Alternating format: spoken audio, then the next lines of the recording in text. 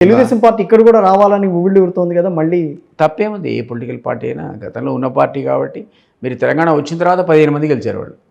తెలంగాణ వచ్చిన తర్వాత బిల్లు ప్రవేశపెట్టబడి రాష్ట్రం ఏర్పడిన తర్వాత ఎలక్షన్స్ వస్తే ఎవరు ఊహించని విధంగా 15 మంది గెలిచారు ఇక్కడ టీడీపీ వాళ్ళు. అంటే తెలంగాణ ఉండగా కూడా అక్కడ స్పేస్ ఉండిందన్నమాట.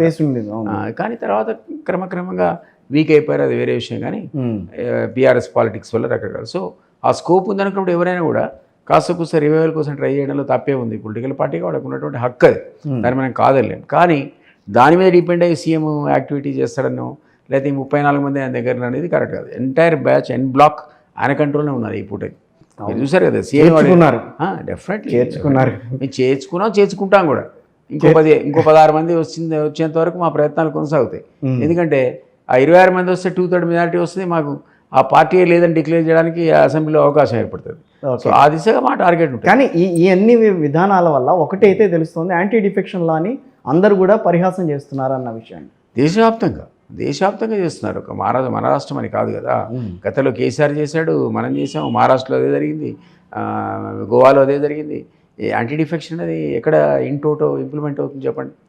ఎక్కడా జరగట్లేదు. మీరు యాంటీ డిఫెక్షన్ మీద ఓ పిటిషన్ స్పీకర్కి ఇస్తే అది రిజల్ట్ వస్తుందని మీరు అనుకోకపోయినా కదా ఈరోజు బీఆర్ఎస్ కోర్టుకు పోయింది, హైకోర్టుకు పోయింది, రేపొద్దున సుప్రీంకోర్టుకు కూడా పోతాడు. అదే అడ్డంగా పెట్టుకున్నారు వాళ్ళు. ఎందుకంటే మేము రేపొద్దునే జడ్జిమెంట్ వస్తుంది, కోర్టు ఇస్తుందని చెప్పి మిగిలిన వాళ్ళు పోకుండా ఆపుకోగలిగారు. వాళ్ళు అదొక వెపన్ లాగా వాడుకుంటున్నారు. అది జరగదు, పోదు. మనకు తెలుసు స్పీకర్ పవర్స్ లోపల కోర్టు ఎప్పుడు కూడా ఇంటర్ఫియర్ కాదు. కానీ దిలీప్ గారు, ఇంకొక క్వశ్చన్ అడుగుతా. చంద్రబాబు లాంటి వాళ్ళు సీనియర్ నేతలు మళ్ళీ తెలంగాణలో గట్టిగా రావాలి అన్న ప్రయత్నం చేయటం అనేది, రేవంత్ రెడ్డి ఉండగా ప్రయత్నం చేయటం అనేది, దాన్ని ఏ సంకేతంగా భావించాలని అంటారు? వాళ్ళు ప్రయత్నం చేయడంలో తప్పులేదు. రకరకాల పార్టీలు ఇక్కడ ఉన్నాయి. అందులో టీడీపీ గతంలో ఉండి ఇక్కడ యునైటెడ్ ఆంధ్రప్రదేశ్లో అధికారాన్ని అనుభవించినటువంటి పార్టీ.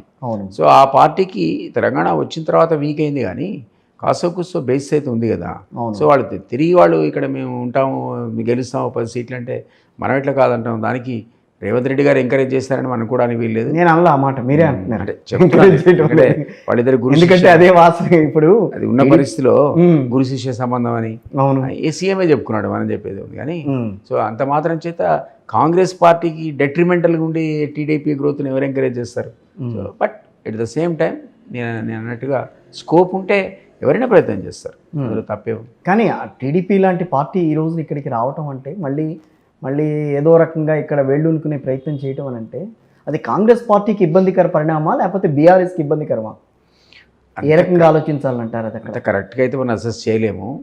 బీఆర్ఎస్ అయితే యాజ్ ఇట్ ఈజ్గా వీక్ అయిపోతుంది. వీక్ అయిపోయినాక ఎటు పోవాలా, ఓటు ఎటు షిఫ్ట్ కావాలంటే కొంత బీజేపీ కొంత మాకు వస్తుందని ఇంతకుముందే అన్న. 100% మాకు వస్తుందని మనం చెప్పలేం కదా. అవును. బట్ ఏది ఏమైనా ఇంకొక 1 ఇయర్కో 2 ఇయర్స్కో మా పెర్ఫార్మెన్స్ మీద ఎవరైనా కూడా లేవాల్సిందే తప్ప, పెర్ఫార్మెన్స్ మాది అనుకున్న పద్ధతిలో ఈ పథకాలు 5 ఏళ్ల పాటు కొనసాగించేసి మేము అనుకున్న పద్ధతిలో అన్ని కూడా మేము నెరవేర్చామనుకోండి, అప్పుడు వేరే వాళ్ళకి స్కోప్ ఉండదు. ఇంకోసారి టైం ఇద్దాం, ఛాన్స్ ఇద్దామని అనుకుంటారు. కర్ణాటకలో ఇప్పటికీ కొన్ని పథకాల విషయంలో కొంత సందిగ్ధత కనిపిస్తోందని అంటున్నారు. సో ఇక్కడ కూడా మరి అట్లాంటి పరిస్థితి వస్తే కాంగ్రెస్ పార్టీ నిలదొగ్గగలదా? చూడాలి. డెఫినెట్లీ మనం ఇచ్చిన హామీలు నెరవేర్చకపోతే దాని ఇంపాక్ట్ నెగటివ్ ఉంటుంది మన మీద. సో సాధ్యమైనంత వరకు వాటన్నిటి కూడా హామీలు నెరవేర్చే పద్ధతిలో మేము మా చర్యలు ఉంటాయి, కార్యాచరణ ఉంటుంది, మా అజెండా ఉంటుంది, మా అడ్మినిస్ట్రేషన్ ఉంటుంది తప్ప వాటి దూరంగా మేము ఎందుకు జరుగుతాం? సో సాధ్యమైనంత వరకు రిసోర్సెస్ మొబిలైజ్ చేసుకొని 100% మేము అన్న మాటలు ఏమున్నా సరే హామీలు నిలబెట్టుకునే ప్రయత్నం మేము చేస్తాం. అది జరిగిన సందర్భంలో ఇతర వాళ్ళకు వ్యాక్యూమ్ అనేది ఉండదు, ఇతర పార్టీలకు.